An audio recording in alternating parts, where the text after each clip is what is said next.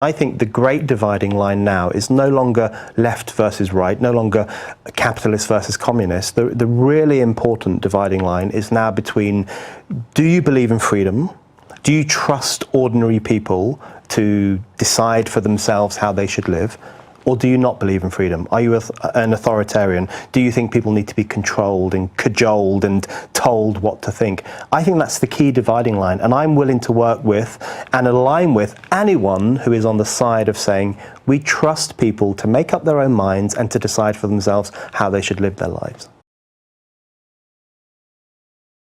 I think the key problem is that the Enlightenment ideal of tolerance, which is so important, that you tolerate people even if you disagree with them, you tolerate people even if you think their values are backward, you value freedom so much that you're willing to tolerate people who wear the burqa or who say outrageous things or who say racist things because you think freedom is the core overarching value of society.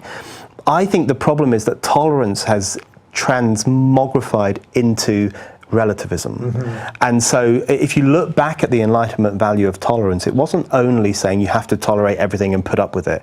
It was saying you should tolerate everything in the name of freedom, but at the same time you are allowed to criticize these things. Right, so it was born as a two-way street, yes. Where in a weird way now it's become a one-way street. Absolutely right. Yeah. So it was a two-way street in the sense that you would tolerate even backward beliefs and stupid beliefs and wrong beliefs.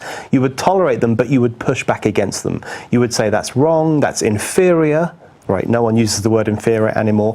That's a bad way to live. What we have now among the contemporary left is simply relativism. So they tolerate things because they think they are equally valid.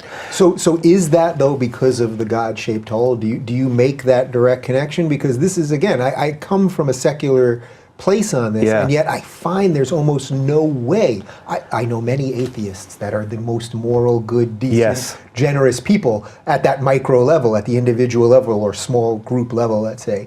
But I'm finding, especially in a time going against this radical leftist authoritarian monster, that's why liberalism is sputtering right now, because it has that tolerance piece that's now being used against it. Yes, I think that's a key problem of our times.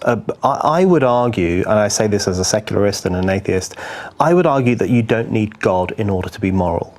Absolutely. But you need something. And that's the key issue. And what I think has happened in recent decades is that the shift from a God-arranged society to something else has given rise to this sense of relativism, this sense that everything is equally valid. So in the UK, for example, Boris Johnson, who's currently running to be leader of the Tory party and the next Prime Minister, he got into a huge amount of trouble for criticising the burqa.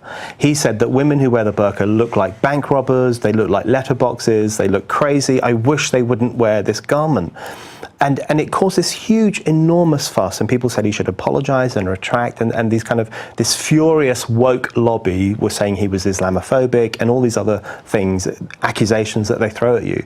What they overlooked is that in the same article where he made these ridiculing points, he also said, we have to defend the right of women to wear whatever they want to wear. So I actually thought that he actually summed up the traditional view of tolerance, which is that we tolerate people who wear the burqa, even if we think it's a stupid thing to wear, and I actually share his view on that. But we also push back against it. We criticize it. We say that it's not a nice way for women to live. And so I think that's what's being lost, the critical aspect of tolerance, where you don't only tolerate people's views and lifestyles, but you also criticize them. That aspect is being lost, and I think that explains a lot of why we're heading into this politically correct, woke culture in which you're not allowed to criticize anything.